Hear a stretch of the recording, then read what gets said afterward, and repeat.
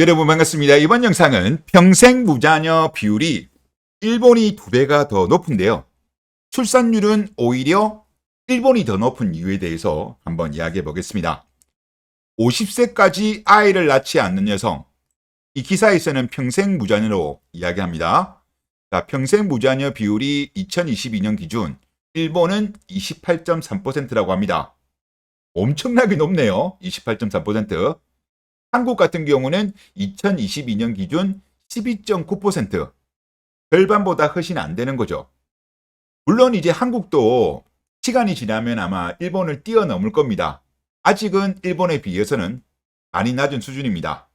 그런데 현 시점에서 한국의 출산율과 일본의 출산율을 비교해 보면 한국에 비해서는 일본이 1.2 정도 나오기 때문에 훨씬 높습니다. 자, 이런 일이 발생하는 이유는 뭐 때문에 그럴까요? 한국의 경우에는 한 명의 아이만 낳는 경우가 많아요. 둘째, 셋째 안 가지는 경우가 많죠.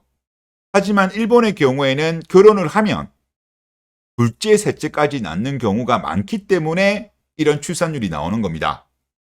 그리고 한국의 경우에는 이전부터도 첫째와 출산 비중이 조금씩은 늘어나는 추세였어요.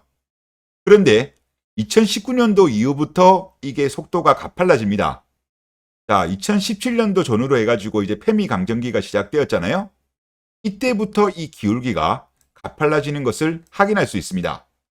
그리고 여러분도 아시겠지만 한국의 결혼 연령이 전 세계에서 가장 늦죠.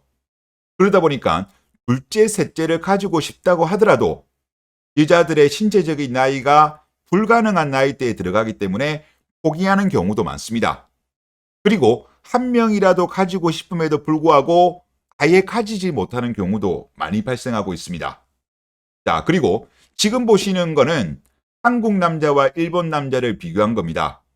그림 왼쪽은 일본 초혼 남편의 연령별 혼인 건수 비율, 그림 오른쪽은 한국의 해당 연령, 남자 인구 1000명당 건수를 나타낸 그래프입니다.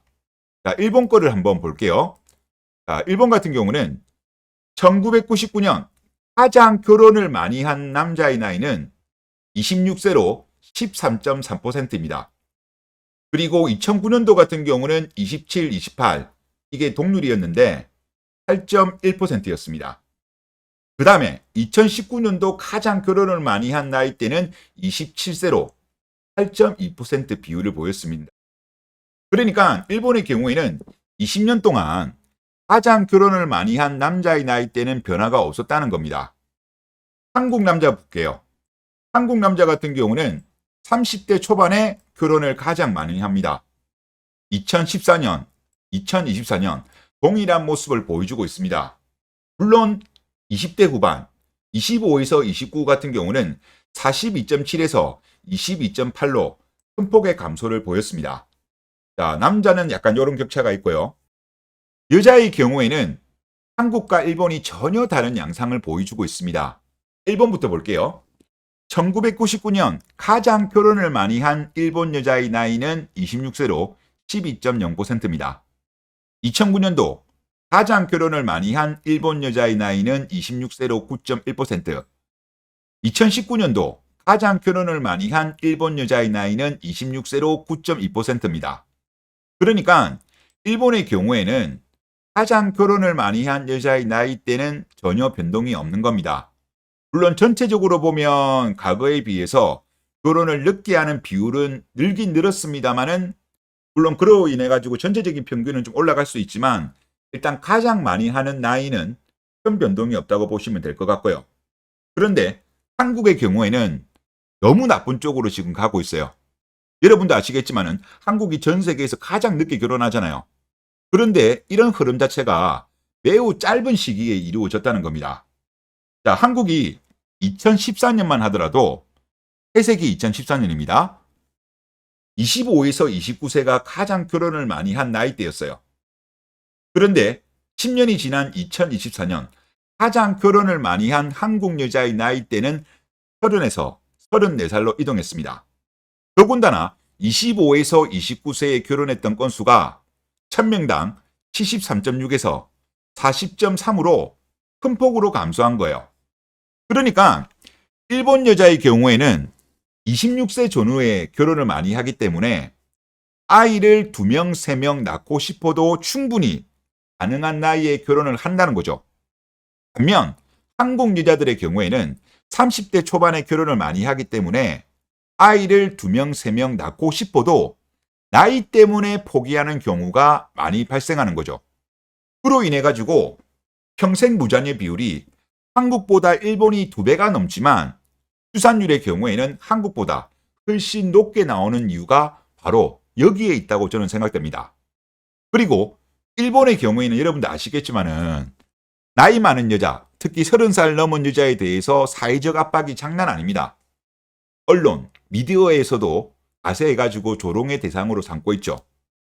이런 사회적인 분위기 때문에 일본 여자들은 나이에 매우 민감합니다. 한국도 2000년대까지만 하더라도 일본과 비슷한 분위기였어요.